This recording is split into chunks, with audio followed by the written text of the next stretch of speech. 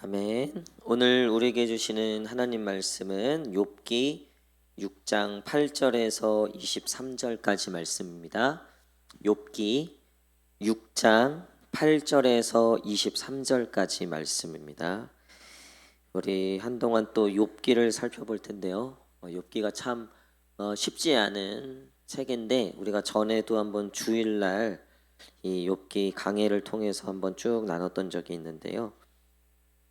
우리 한동안 욥기를 수요 예배 때쯤 살펴보도록 하겠습니다. 욥기 6장 8절에서 23절 저와 한 절씩 교독하도록 하겠습니다. 나의 간구를 누가 들어줄 것이며 나의 소원을 하나님이 허락하시리라.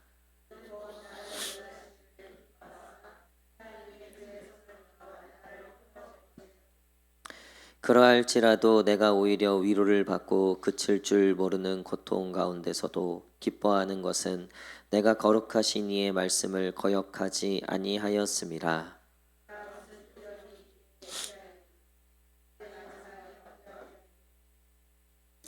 나의 기력이 어찌 돌의 기력이겠느냐? 나의 살이 어찌 놋새겠느냐?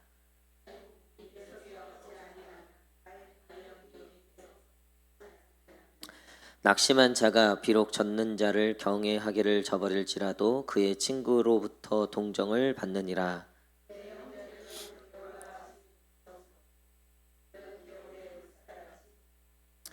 얼음이 녹으면 물이 검어지며 눈이 그 속에 감추어질지라도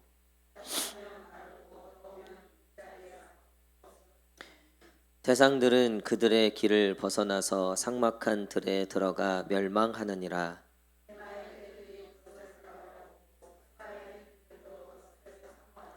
거기 와서는 바라던 것을 부끄러워하고 낙심하느니라.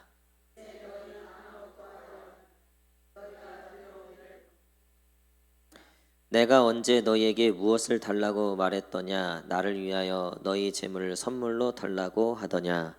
내가 언제 말하기를 원수의 손에서 나를 구원하라 하더냐? 폭군의 손에서 나를 구원하라 하더냐? 아멘. 할렐루야. 우리 수요예배 오신 성도님들 환영합니다. 우리 마음에 손을 얹고 하나님께 한번 이렇게 고백했으면 좋겠습니다. 우리 하나님께 주님 내게 은혜를 주옵소서. 시작. 주님 내게 은혜를 주옵소서. 우리 앞뒤 좌우 성도님들 바라보시면서 하나님의 은혜가 임할 겁니다. 시작. 아멘. 오늘 진정한 위로라는 제목으로 같이 말씀 나누도록 하겠습니다.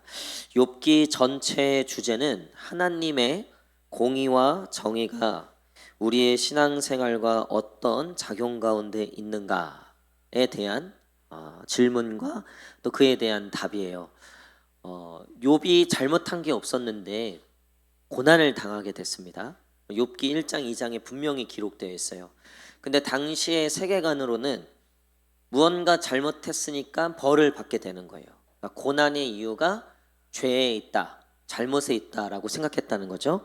흔히 말하면 인과응보죠. 우리는 잘하면 상을 받고 못하면 벌을 받는 게 사실 우리가 이 세상을 바라볼 때 제일 편한 해석이에요. 우리가 또 그 원리를 적용할 때 마음이 좀 편해요. 그 안에는 어떤 게 있냐면 내가 노력한 만큼 받는다는 게 있다는 거죠. 내가 한 만큼 내가 받을 거야. 그러니까 내가 지금 잘 살고 있는 건 누구 때문이에요? 결과적으로 나 때문이라는 거죠. 내가 못 사는 건 그것도 나 때문이라는 거죠. 사실 어떻게 보면은 이게 맞는 얘기죠. 그렇죠? 우리가 성적순으로 매기자면 아니 열심히 공부하고 밤새서 공부한 애들이 또 성적이 좋게 나오면 그에 대한 보상을 받는 건 당연한 거죠. 공부도 안 하고 아무 노력도 안 한 애들이 공부 열심히 하고 정말 노력 많이 한 친구들하고 똑같이 뭔가를 받는다? 그거는 우리는 불공정하다, 불공평하다라고 얘기하죠. 여러분 이거를 우리가 신앙에 대입해 보면 너무나 또 편하죠. 우리가 열심히 기도하고 열심히 신앙생활하면 하나님이 내게 복 주실 것이고 내가 지금 복을 못 받은 이유는 그렇게 하지 못했기 때문이다. 그래서 이제 앞으로 우리가 더 어떻게 해야 돼요? 더 열심히 기도하고 하나님께 나아가야 되죠. 근데 사람 심리가요, 참 재밌는 게, 우리가 복 받은 거에 대해서는 분명히 내가 하나님께 잘했기 때문에 이런 마음이 성립이 되는데, 내가 벌을 받거나 나에게 좀 안 좋은 일이 생겼을 때는 하나님한테 내가 뭘 잘못했나 이런 생각도 들게 되지만, 결국은 열받는 거죠. 내가 저 인간보다는 그래도 못한 것 같지 않은데, 내가 저 인간보다는 내가 그래도 잘한 것 같은데 왜 이런 일이 나한테 일어날까? 결국 그 손가락질이 어디로 가냐면 하나님께 가게 되는 거죠. 그러니까 오늘 욥이 경험했던 이 고난과 아픔은 사실 욥이 진짜 잘못한 게 없어요. 궁극적으로 이제 나중에 보면 인간이 그냥 원죄라고 하는 것, 그러니까 우리가 궁극적으로 하나님 앞에 의인일 수 없다는 것, 그거는 누구에게나 동일하게 적용되는 거죠. 그러니까 욥이 정말 잘못한 게 있다면 그거라는 거예요. 그거. 근데 욥의 행위에 있어서는 오히려 하나님이 당대의 의인이었다. 그러니까 욥과 같은 사람이 오죽하면 사탄이 와갖고 하나님한테 와갖고 시비 걸잖아요. 하나님이 사탄한테 너 어디 갔다 왔냐니까 세상을 두루 보고 왔다. 그러니까 세상을 두루 보니까 너무 불의가 많고 나쁜 놈들도 많고 막 이거예요. 이거를 하나님한테 간접적으로 알리는 거예요. 하나님, 당신이 사랑하시는 그 인간들 보셨냐고, 하는 짓이 다 저렇다고. 근데 하나님이 거기에 대해서 욥 봤냐 네가 욥을, 응? 욥은 다르다. 욥이 얼마나 의인이고 나한테 얼마나 잘하는데, 그러니까 하나님도 사실 욥이 자랑스러우셨다는 거예요. 너 한번 시험해봐 욥 절대로 배신 안 해. 그렇게 해서 이게 시작된 거잖아요. 그러니까 욥은 사실 억울해요. 하나님하고 사탄하고 둘이 치고받고 싸우실 것이지 왜 거기다가 욥을 끌어다 놓느냐는 거죠. 왜 자기를 거기다 끌어놨냐는 거죠. 여러분, 근데 이거는요 오늘도 똑같아요. 하나님은 당신의 의로우심과 당신의 선하심과 당신의 옳음을 당신 스스로가 증명하시는 것보다 누구를 통해서 하시길 원하시는 거예요? 저와 여러분들을 통해서 하시기를 원하신다는 거예요. 할렐루야. 우리가 여기에 불만이 있는 거죠. 하나님이 그거는 하나님이 싸우셔야 될 문제고 하나님이 당하셔야 될 일들인데, 그걸 왜 우리가 대신 당해야 되냐는 거죠. 그리고 왜 우리가 당신의 의로움과 당신의 위대함을 증명하기 위해서 왜 우리가 그런 고난을 받아야 하는지, 이 신앙의 내용이 정리가 안 되면, 조금만 어려움이 생기고 아픔이 생기고 고난이 생기면 신앙을 지켜낼 재간이 없다는 거예요. 이 믿음을 유지할 재간이 없다는 거죠. 잘 될 때야 아예 안 좋은 사람이 어디 있겠어요. 물론 이제 더 고차원적인 차원에서야 잘 될 때 오히려 시험이 더 많이 들 때도 있죠. 근데 우리가 기본적으로 고난이라고 하는 이 문제에 대해서, 이 아픔이라고 하는 이 정말 이 환난이라고 하는 이 문제를 우리가 어떻게 해석해야 하는가? 아니, 내가 의도치도 않고 내가 원하지도 않는 가정의 어려움, 자녀의 어려움, 뭐 뜻밖의 우리가 생각하지 못했던 그런 어려움들에 대해서 우리가 이것들을 신앙적으로 어떻게 해석을 하고 해설을 해야 되는가? 욥은 우리에게 그것을 이야기해주고 있다는 거죠. 여러분, 분명한 사실 한 가지는 인과응보의 하나님이 전부가 아니라는 사실입니다. 우리 한번 따라할까요? 인과응보의 하나님이 전부가 아니다. 시작. 여러분, 잘하면 복을 내려주시는 하나님, 못하면 벌을 내리시는 하나님. 여러분, 이게 우리에게 좋은 하나님일까요? 안 좋은 하나님일까요? 잘하면 복 주시고 못하면 벌 내리시는 하나님. 하나님이 너무나 여기에 철저하시고 정확하셔서 잘하는 사람들한테 무조건 복 주신다. 할렐루야.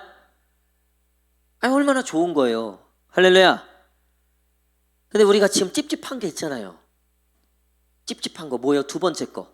못하면 무조건 정확하게 딱 따지셔갖고 벌을 주신다. 여러분, 우리가 인과응보의 하나님을 믿고 그것들을 좋아하는 건 잘하면 복 주시는 것 때문에 좋아할 뿐이에요. 못하면 벌 주신다는 것은 남에게는 적용되죠. 그래서 우리가 그렇게 하죠. 저 분명히 뭐가 잘못해갖고 저 벌을 받은 거지. 그러니까 항상 우리가 이 관점으로 세상을 바라보고 사람들을 바라보면 나에게는 좋게 적용되지만 타인에게는 그게 항상 벌의 이유, 잘못된 이유, 벌을 받은 이유, 잘 안 되는 이유가 그 결국 네가 못해서, 네가 잘못했기 때문에. 근데 그것이 나에게 적용되는 게 이거는 참 어려운 거죠. 미국의 유명한 하버드 대학교에 마이클 샌델이라고 하는 교수님이 있어요. 아주 유명한 책으로는 정의란 무엇인가 한 번쯤은 다 들어보셨을 거예요. 근데 그분이 썼던 책 중에 공정하다는 착각이라는 책이 있어요. 그게 뭐냐면 지금 신자유주의 우리가 살고 있는 이 경제 체제, 이 경쟁 시대는 뭐냐면 네가 결국은 이 모양 이 꼴인 건 네가 노력하지 않았기 때문이라는 거예요. 그러니까 이 사회는 노력한 만큼의 대가가 분명히 주어진다는 거죠. 모두에게 공정하게 기회가 열려 있다는 거. 옛날에는 여자들에게 일부 불공정했죠. 공부에 이 기회가 지어지지 않았죠. 그래서 어제 제가 신방을 하는데 어떤 한 그 성도님이 어렸을 때 아빠가 자기를 공부를 안 시켰다는 거예요. 여자 성도님이신데 그래서 아빠가 미웠다는 거예요.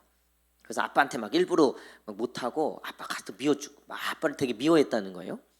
그러니까 이제 그런 게 있었죠. 여자에게 우리나라도 이 유교 사상 때문에 여자들이 공정하게 기회들이 없었죠. 다 집안에 있는 아들들 공부시키느라고 딸들이 돈 벌러 나갔죠. 뭐 이게 이런 게 있었잖아요. 근데 지금은 안 그렇다는 거예요. 지금은 모두에게 공정하게 기회가 주어지기 때문에 그래서 우리가 초등학교 뭐 요즘에 고등학교까지 무료 교육 이게 있잖아요. 물론 대학교까지는 아니지만 굉장히 공정한 사회가 됐단 말이에요. 근데 그게 착각이라는 거예요. 이 공정하다고 했을 때는 어떤 게 전제가 돼야 되냐면 기회의 공정함이 아니라 상태의 공정함이 있어야 된다는 거예요. 똑같이 공부에 기회가 지어지는데 잘난 부모를 만난 애들은 가회가 붙죠. 그렇죠? 근데 가난한 집안은 똑같이 시험 볼 기회는 주어졌지만 공부할 수 있는 상태의 공정함은 없다는 거예요. 근데 사회는 자꾸 우리에게 결국 네가 노력하지 않고 네가 열심히 안 해서 네가 지금 그 혜택을 받고 있는 거야. 그러니까 너는 거기에 만족하고 살라. 아니면 네가 아둥바둥 노력하라는 거예요. 여러분 그래서 이 사회가 구조적인 문제에 그 문제를 바라보지 못하고 그냥 모두가 하나같이 우리가 노력을 해야 된다. 영혼을 갈아 넣어야 된다. 어떻게든 성공하기 위해서 우리가 힘을 다해야 된다. 사회는 공정한데 결국 내가 그 공정에 대해서 노력하지 않았기 때문이다. 이렇게 이 사회 구조를 바라보지 못하고 그저 그냥 공정하다라는 이야기 때문에 내가 노력하지 않은 게 문제가 됐다는 거죠. 그 교수님은 그거를 꼽는 거예요. 그게 틀렸다는 거예요. 사실 공정한 사회라고 하지만 공정하지 않은 게 훨씬 더 많다라고 얘기하는 거죠. 여러분 우리에게 공정함이라고 하나님이 주시는 공정함이라고 하는 것은 잘하면 상 주고 못하면 벌 주시는 게 공정한 거 맞잖아요. 그렇죠? 그런 하나님이셔야지 그게 공정한 하나님이시잖아요. 악인에게 분명히 복을 주시면 안 되고 의인들에게 복을 주셔야 되는 게 공정한 하나님이잖아요. 우리가 오늘도 기대하는 건 뭡니까? 사실 그런 공정한 하나님을 기대하고 있다는 거죠. 근데 욥의 입장에서는 그게 성립이 안 되다라는 거예요. 자기가 정말 하나님을 위해서 노력하고 애쓰고 정말 의인으로 살려고 정말 노력했는데 아니 자식 잃고 돈 잃고 부인 잃고 병 걸리고 그러니까 친구 3명이 와서 보니까 기가 막힌 거예요. 그러면서 이제 우리가 6장 내용을 이게 다 보지 앞으로 쭉 32장까지 이어지는 내용이 그거잖아요. 결국 이 세 친구가 야, 너 속으로 죄 지은 거 있다. 너 잘 생각해봐라. 네가 죄 지은 게 있다. 네가 우리한테 속인 죄가 있다. 너 몰래 뭐 봤냐? 너 뒤에서 뭔 짓 했냐? 그게 아니고서는 너의 이 고난이 설명이 안 된다는 거예요. 하나님은 공정하신 분이기 때문에 네가 이렇게 벌 받는 게 절대로 하나님이 틀리신 게 아니라 네가 분명히 뭔가 죄가 있다는 거죠. 근데 욥은 거기에 대해서 뭐라고 얘기하냐면 아니다. 근데 아닌데 내가 의로웠는데 벌을 받았다는 것은 결국 하나님이 틀리셨다는 얘기예요. 하나님이 뭔가 이게 착오가 있다. 하나님이 뭔가 이게 계산이 뭔가 틀렸다. 욥은 지금 그 얘기를 하고 있는 거예요. 여러분 누가 더 신앙이 좋아 보여요? 욥이에요? 아니면 새 친구예요? 새 친구가 훨씬 더 신앙이 좋아 보이죠. 근데 여러분 욥기는 욥도 새 친구도 틀렸다고 얘기하는 게 이 욥기예요. 여러분 우리가 거대 담론이라고 있다 그랬잖아요. 거대 담론. 그러니까 작은 이 지류의 이야기들, 인생에 많은 지류의 이야기들 있죠. 우리의 인생의 철학들. 근데 이 전 우주와 이 모든 영적 세계까지 폭락한 이 하나님의 창조의 세계를 설명하는 이 하나님의 거대 담론이라는 게 있어요. 그게 뭐냐면 우리 한번 따라하겠습니다. 절대적인 하나님의 주권. 시작. 할렐루야. 여러분 우리는 이 권성징악이나 인과응보나 이 상선 이 벌악이라고 하는 이 사고 구조를 가지고 하나님을 해석하기도 해요. 성경에 그런 것들이 일부 나와 있기도 하죠. 분명히 없는 건 아니에요. 그럼에도 불구하고 우리에게 일어나는 모든 일들에 대해서 우리는 하나님의 절대 주권을 먼저 인정해야 한다는 거예요. 나에게 일어난 일이 내가 해석이 안 될 때가 분명히 있어요. 여러분 살다 보면 우리가 성경으로 모든 게 해석이 되던가요? 우리가 하나님의 뜻을 구하잖아요. 말씀을 통해서 예배를 통해서 기도를 통해서 우리는 답을 듣길 원해요. 도대체 이게 어떻게 된 일인지, 왜 이런 일들이 생겼는지, 그리고 앞으로 어떻게 해야 되는지에 대해서 분명하게 답을 얻고 싶은다고요. 그렇잖아요. 그래서 우리가 기도원까지 가갖고 그 용하다는 목사님까지 만나서 제가 결혼을 언제 합니까? 어떤 남자와 할 수 있습니까? 그래서 뭐 예전에 우리 청년들 중에 뭐 27살에 결혼한다 뭐 지금 아직도 결혼을 못 하고 있어요. 저는 그런 건 딱 싫어해요. 여러분 그게 중요한 게 아니에요. 그러니까 우리에게 있어서 이게 하나님이 맞는가 틀린가, 이게 하나님 앞에서 옳은가 틀린가, 우리는 언제나 선악과를 따먹고 싶은다고요. 선악과를. 그러니까 옳은가 틀린가가 정리가 돼야지 그 다음 게 되는 게 죄인들의 특징이에요. 우리가 하나님 앞에서 유일하게 뺏어오고 싶었던 게 그거예요. 그러니까 선악과를 먹었던 아담과 하와가 결국 모든 것을 판단하길 원했다고요. 하나님이 선악과를 금지하셨던 게 그거예요. 하나님의 영역이다 이건. 여러분 우리에게 일어나는 모든 일들에 대해서 우리가 하나님께 따져묻기 시작하면 신앙생활 못해요. 절대로 하나님 앞에 나아갈 수가 없습니다. 여러분 우리는요 게다가요 출신 성분이 다 달라요. 제가 경험했던 이제 사역을 했던 제 모교회에 있었고, 그리고 그 다음에 사역 나갔던 저기 암사동에 서울 암사동에 있는 한빛교회라고 있었고요.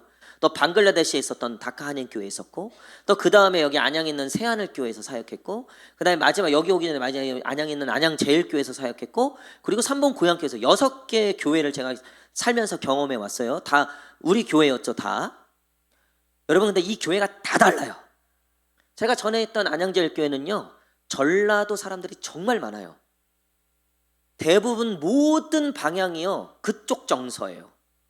그리고 제가 처음 딱 왔는데 거기 이제 장로님이 저를 막 너무 반갑게 윤전도사님 얘기 들었다고 익산 출신이라고 들었다고 하면서 저를 막 거의 막 아들처럼 막 하는.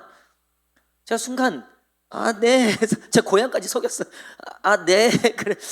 괜히 여기서 저 초쳤다간 괜히 그럴 것 같아서 일단은 넘어갔어요. 나중에 이제 얘기했죠. 고향이 거기가 아니라고. 근데 제가 또 있었던 그 암사동에 있었던 그 한빛교회는요, 거기는 경상도가 주예요. 그러니까 정서가 경상도예요. 거기는 정서가. 거기는요, 딴 얘기 잘 못해요. 여러분 보세요. 우리가 우리의 이 한계를 벗어나지 못한다고요. 우리가 아무리 성경을 내가 진리를 깨달았어, 그러니까 예수 그리스도 하나님의 주권, 성령님의 역사하심, 이런 거 외에 우리의 모든 삶의 일들에 대해서 우리의 이 출신과 배경과 살아온 이 모든 날들을 다 무시하고 로봇처럼 우리가 모든 것을 딱 재단하고 결정할 수 있다? 그럴 수 있는 사람은 없다는 거예요. 다 달라요. 제가 그걸 또 언제 느끼냐면요, 제가 분명히 오늘도 제가 한 입 가지고 한 말 했죠. 제가 지금 한 설교 하고 있잖아요. 제 얘기를 듣는 여러분들 해석이 다 달라요. 어떤 분은 시험에 들고요, 어떤 분은요 그냥 그날 결정적인 인생의 은혜의 터닝 포인트가 돼요. 어떤 분은요 그거 가지고요 비전을 발견하고요, 어떤 분은요 가졌던 비전이 꺾여요.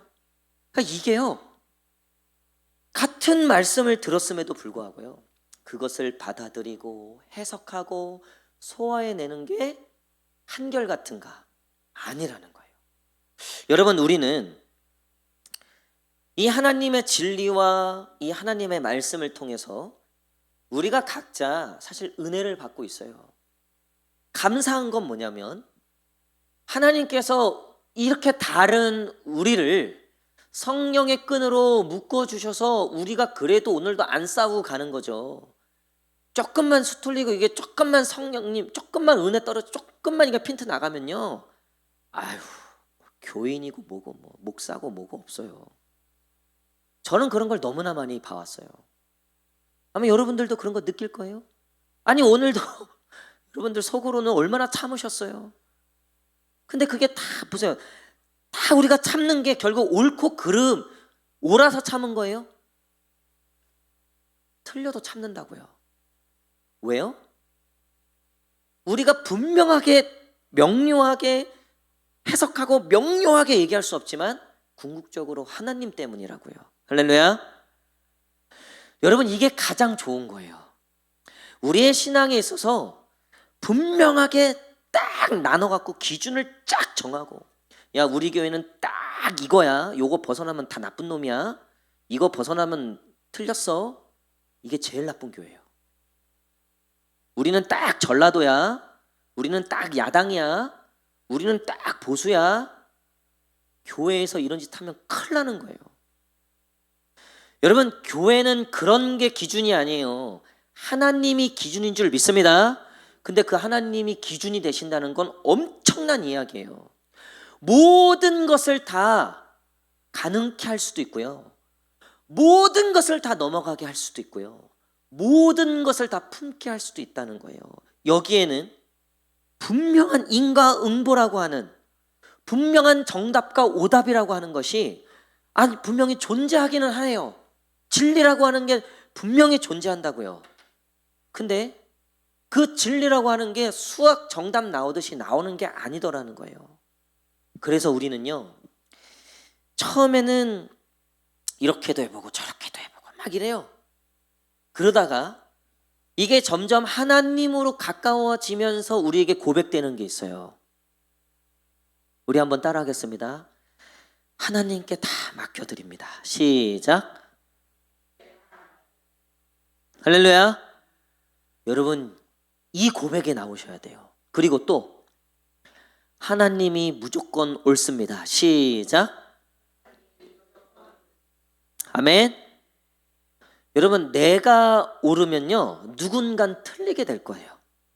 그렇죠? 그렇죠. 근데 하나님이 보시기에는 지금 욥이나 새 친구나 매한가지인 거예요. 나중에 하나님이 나타나셔서 37장부터 42장까지 가면 이제 뭐라고 얘기해요? 야, 니들이 서로 맞다고 하는데, 야, 니네가 저 별 만들 때 있었냐? 니네가 내가 지구 만들 때 니네 있었냐? 여러분, 이 여호수아가 이제 가나안 땅을 정복하려고 가는데 이 여호와의 군대 장관이 앞에 딱 나타난 거예요. 환상으로 또 실제적으로 그때는 나타난 거죠. 그러니까 여호수아가 딱 그 군대 장관을 만나고 뭐라고 얘기해요? 너는 아군이냐 적군이냐? 그러니까 너는 내 편이냐 아니면 악이냐? 그러니까 오답이야 정답이야? 옳은 거야 틀린 거야? 너 아군이야 적군이야 물어보는데 그 여호와의 군대 장관은 뭐라 그래요? 나는 아군도 아니고 적군도 아니고 나는 여호와의 군대 장관이다. 할렐루야. 여러분 우리가 만나는 모든 일들은요 여호와의 군대 장관인 거예요. 이게 내가 내 편이냐 네 편이냐가 우린 제일 중요하잖아요. 그렇죠? 하나님도 내 편이냐 네 편이냐가 제일 중요한 거예요. 근데 아니에요. 우리가 하나님의 편이냐가 가장 중요한 거예요. 여러분 하나님께 맡겨드립니다. 하나님이 무조건 옳습니다. 여러분 이 고백이요 단순한 고백 같지만요 이게 신앙이 없고 생각이 없고 계산이 안 돼서 나오는 고백이 아니고요 결국 모든 신앙적 고민 끝에 진짜 믿음으로 나오는 고백이라는 거예요. 할렐루야. 우리가 당하는 모든 고난과 아픔과 오늘도 머리 터지고 가슴 터지는 그냥 잠 못 이루게 하는 우리 인생의 고난과 이 설명이 안 되는 일들이 분명히 있잖아요. 그런 일들에 대해서 여러분 우리가 주님께 다 맡겨드립니다. 주님이 어떠한 결정을 내리시든 주님이 무조건 옳습니다라고 할 수 있는 이 믿음의 고백들이요. 이게 엄청난 고백이라는 거예요. 자, 오늘 욥이 자기가 고난당한 거에 대해서 내가 정말 미치겠다. 나 정말 힘들다. 나 죽겠다. 자, 이 6장에 보면 이 어디 있어요? 11절 보십시오. 11절 말씀. 11절 욥이 고백하는 거예요. 11절 시작. 내가 무슨 기력이 있기에 기다리겠느냐? 내 마지막이 어떠하겠기에 그저 참겠느냐? 자, 12절 13절 시작. 나의 기력이 어찌 돌의 기력이겠느냐? 나의 살이 어찌 노쇠겠느냐? 나의 도움이 내 속에 없지 아니하냐? 나의 능력이 내게서 쫓겨나지 아니하였느냐. 아멘. 그러니까 나름 믿음으로 견디고 참고 이 고난에 대해서 나름 인내하고 버티고는 있지만 너무 힘들다는 거예요. 너무 상처가 된다는 거예요. 여러분 우리가 하나님께 맡기세요 이런 얘기 제가 가장 많이 하는 거예요. 성도님들한테 하나님께 맡기셔야 됩니다. 근데 그 말을 하면서도 저도 되게 마음이요 죄송해요. 솔직히 말씀드리면 제가 해드릴 수 있는 얘기가 이거밖에 없어서 그냥 제가 미래를 보고 병도 고치고 막 이러면 당신 왼쪽으로 가시오. 그 집에 찬잔에 있는 그거 치우세요. 2번으로 가세요. 야 28살에 결혼하니까 걱정 마. 너 내일 빨간색 옷 입어. 아이 제가 이럴 능력이 있다면 여러분들도 좋고 편하고 저도 좋고 할렐루야. 아니 약 딱 병원 가면 당신 이 약 먹어라 저 약 먹으라고 처방 딱딱딱 해주잖아요. 얼마나 좋아요. 여러분 그런 곳이 있으면 조심하셔야 됩니다. 그런 곳 좋아하시면 안 됩니다. 신앙으로 하나님께 맡기십시오라가 답이에요. 내 입에서 답이 나오는 거는요 답이 될 수가 없는 거예요. 하나님께 맡기십시오. 하나님의 응답을 기다립시다. 하나님을 신뢰합시다. 하나님을 바라봅시다. 그러니까 현대인들이요 이제 지친 거예요. 그 얘기에. 아니 내가 신앙생활 한 30년 40년 했는데 이건 뭐 지질이 궁상이고 삶이 뭐 응답도 그리고 뭔가 확실하게 뭐 결정되는 것도 없고 뭐 용하질 못한가 우리 교회가. 목사님이 용하질 못한가. 뭐 딴 데 보니까 막 탁탁탁탁 뭐가 풀리고 뭐가 딱딱딱 되고 뭐 책 보고 막 기독교 방송 보니까 막 이렇게 풀리고 저렇게 풀리고 막 이렇게 응답받고 막 저렇게 기적도 일어나고 이런데 여러분 그거 미끼 상품이에요. 그거 미끼 상품. 우리가 미끼 상품에 걸려갖고 그 남자랑 결혼한 거잖아요. 할렐루야. 그렇잖아요. 그 미끼 상품에 걸려갖고 그 남자랑 결혼했잖아요. 99.9%는 전혀 다른데 그걸 삶이라 그러죠. 그걸 결혼 생활이라 그러죠. 그게 진짜 우리의 인생이라고 얘기하는 거죠. 신앙생활도 똑같다는 거예요. 99.9% 이상은요, 우리는 모르는 거예요. 하나님께 달린 거예요. 여러분, 진짜 위로가 뭔지 아세요? 지금 이 기력이 빠지고 힘들어하고 있는 이 요백에 친구들은 너 틀렸다, 야 이게 맞다, 너 회개해야 된다, 너 이거 잘못했기 때문에 그렇다, 너 이거 고쳐야 된다, 너 이거, 물론 우리도 그런 얘기 할 수 있죠. 근데 그게 메인이 돼서는 안 된다는 거예요. 그런 생각과 그런 해석이 우리의 주가 돼서는 안 된다는 거예요. 우리는 이 일에 대해서 말할 수 없다. 우리는 이 일에 대해서 다 설명할 수 없다. 그럼에도 불구하고 선하신 하나님을 우리가 신뢰하자. 할렐루야. 저는 여러분들 남편이 언제 하나님께 돌아올지 전 솔직히 몰라요. 이렇게도 해보고 저렇게도 나름 해보죠. 하지만 궁극적으로는요, 정답이 없어요. 정답이 없어요. 여기 가면 될 것 같고 저기 가면 될 것 같고 이렇게 하면 될 것 같고 저렇게 하면 될 것 같지만, 여러분, 그거 그냥 가끔 얻어 걸리는 거죠. 제가 지금 설명드리는 게 굉장히 믿음이 없는 사람처럼 보일 수 있어요. 여러분, 하지만 아니에요. 내 어떤 노력과 내 어떤 행위 때문에 복을 받는 거라면요, 우리는 벌 받을 게 훨씬 많아요. 그런 하나님이시라면, 100% 그런 하나님이시라면요, 벌써 끝났어요. 우리는 복을 받을 것보다요, 벌 받을 게 훨씬 많아요. 우리는 저 산속에 들어가서 두려워 떨면서 혹시라도 죄 지을까 벌벌벌 떨면서 살아야 돼요. 오늘도 회사를 왜 나가요? 회사를 24시간 하루 종일 하나님 앞에 기도하고 있어야죠. 여러분, 우리 그거 아니라는 거 알잖아요. 말씀의 결론을 맺도록 하겠습니다. 오늘 이렇게 괴롭고 힘들어하는 이 욥의 친구들이 위로랍치고 얘기하는 것들이, 야, 네가 이것만 해결하면 되는 거야. 네가 이것만 회개하면 돼. 그러면 다 돼. 다 하나님이 복 주셔. 이거 다 바꿔주셔. 너의 눈물을 기쁨으로 바꿔주신다 그랬어. 말은 잘하죠. 근데 그 문제의 해석이 틀렸다는 거예요. 네가 이것만 고치고 저것만 고치고. 그러니까 욥이 아니라고 그렇게 얘기하고, 그렇게 해도 친구들은 끝까지 거기서 벗어나질 못하고 있는 거죠. 여러분, 그래서 이렇게 고난과 환난 속에 있는 사람들, 성도들에게 진정한 위로가 되는 말은 무엇일까요? 진정한 위로는 어디서 올까요? 여러분, 그건 바로 하나님, 그냥 그 하나님이라는 존재. 우리가 다 품을 수도 없고 알 수도 없고 다 우리가 형용할 수는 없지만, 그 하나님께서 분명히 오늘도 우리를 인도하시고 분명히 우리를 지키시고 보호하시고 우리를 사랑하시고 당신의 선하신 뜻대로 우리를 이끌어 가심을 같이 확인하고, 서로 그 믿음을 확인하고 서로에게 그 믿음을 심어줌으로써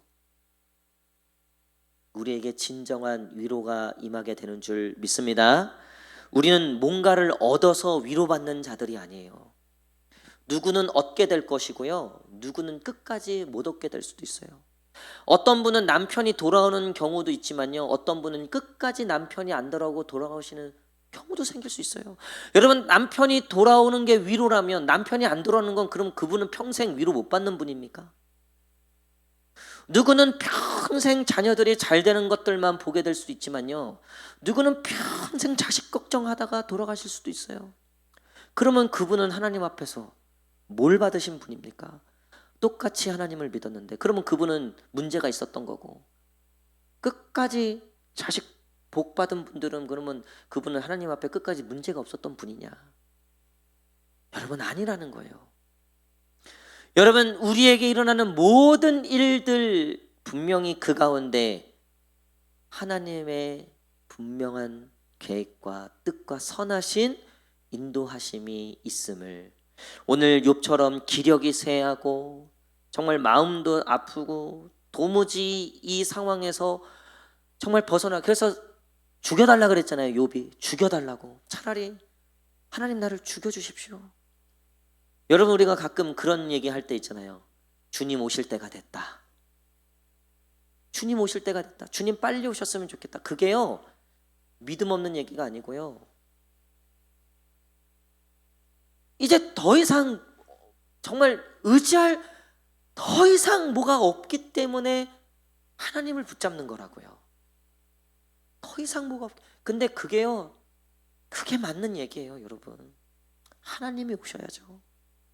하나님이 오셔야죠.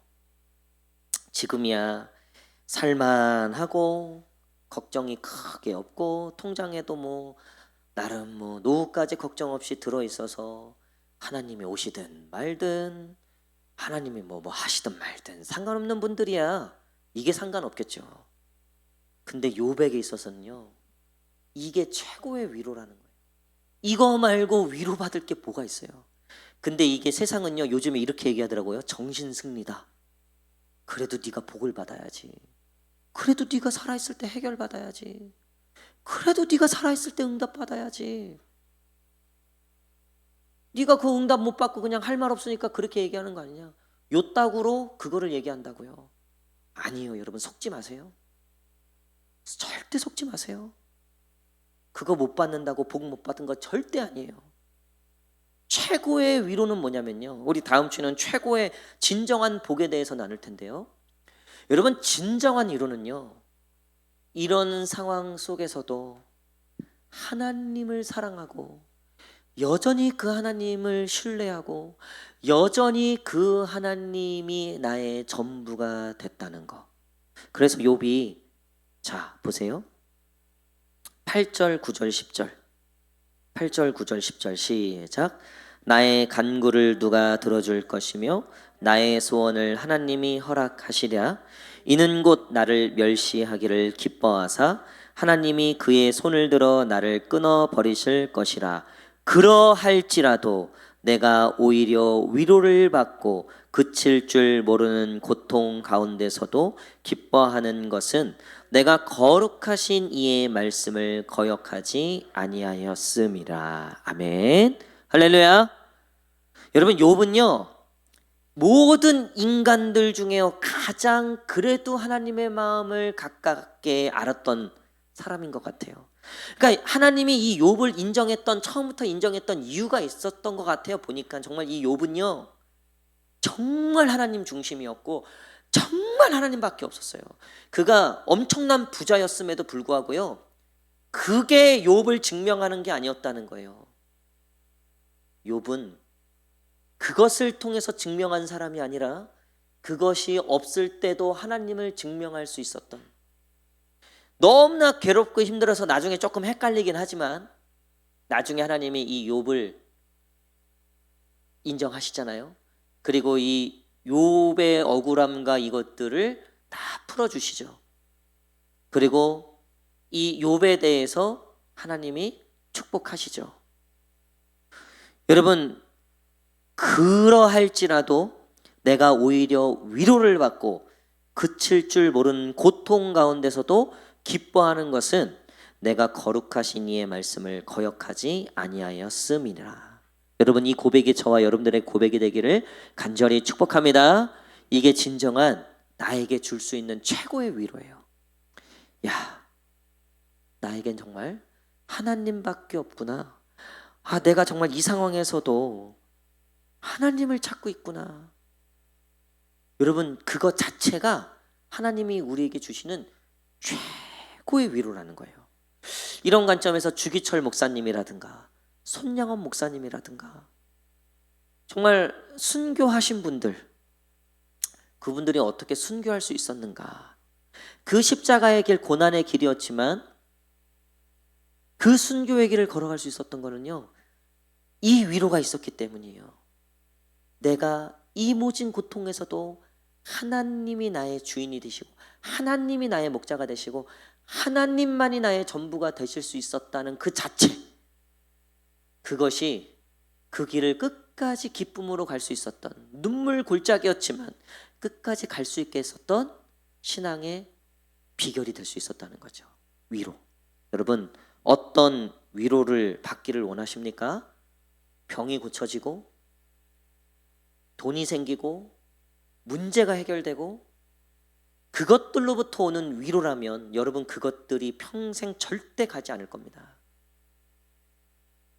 그러면 하나님이 계셔도 위로가 없는 인생이 되겠죠?